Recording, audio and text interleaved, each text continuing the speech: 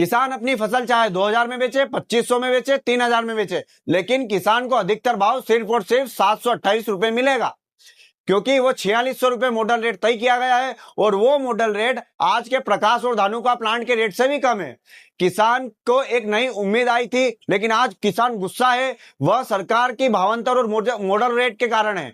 सरकार ने बड़े गर्व से कहा था किसान का नुकसान अब सरकार पूरा करेगी, लेकिन सच्चाई क्या है? 2018 में जब यह भावांतर योजना आई तब हर किसान ने सोचा था कि हाँ, अब हमारी मेहनत की सही कीमत मिलेगी, लेकिन क्या हुआ? किसान ने मंडी में अपनी फसल औने पौने दाम पर बेच दी।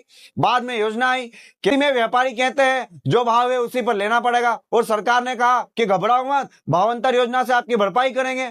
लेकिन भरपाई कहाँ हुई? किसान महीने तक रजिस्ट्रेशन कराते रहे, मंडियों के चक्कर लगाते रहे, बैंक खातों के एसएमएस देखते रह गए, और जब पैसा आया तो वह इतना कम था कि ना तो किसान का कर्ज उतरा, ना परिवार का खर्च, और ना ही बच्चों की स्कूल की फीस भर पाए। सरकार ने एक नया खेल रच दिया है, भावांतर और मॉडल रेट। कहा गया कि एमएसपी तो बस किताबों की बात है, असली भुगतान तो मॉडल रेट और आधार पर होता है। अब आप बताइए साथियों, क्या किसान को पूरा हक मिलेगा? नहीं। क्यों? कि किसान को तो उसके हक से वंचित कर दिया गया है। और सबसे बड़ी समस्या है, व्यापारी तो जानबूझकर भाव गिरा सकते हैं ऐसी योजनाओं से। क्यों? क्योंकि उन्हें पता है कि किसान का घाटा सरकार भर देगी। मतलब व्यापारी माला माल, सरकार अपनी पीठ थपथपाए और किसान बेचारा खाली हाथ फिर भी रह जाए।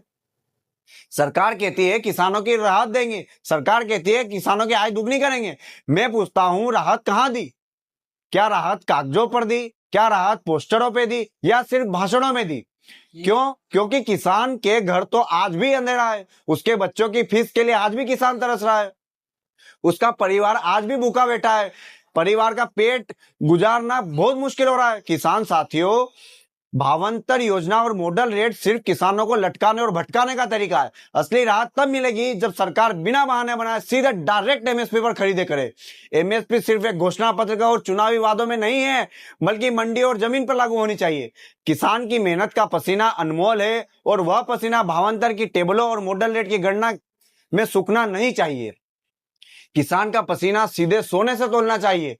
इसलिए मैं सरकार से हाथ जोड़कर विनती करता हूं, भावांतर बंद करो, बहाने बंद करो, किसानों की इज्जत बचाओ। अगर सच में किसान का भला करना है तो एमएसपी पर खरीदी की गारंटी करो, वरना किसान समझ चुका है कि भावांतर और मॉडल रेट सिर्फ किसान को धोखा देने का नया तरीका है। जय जवान,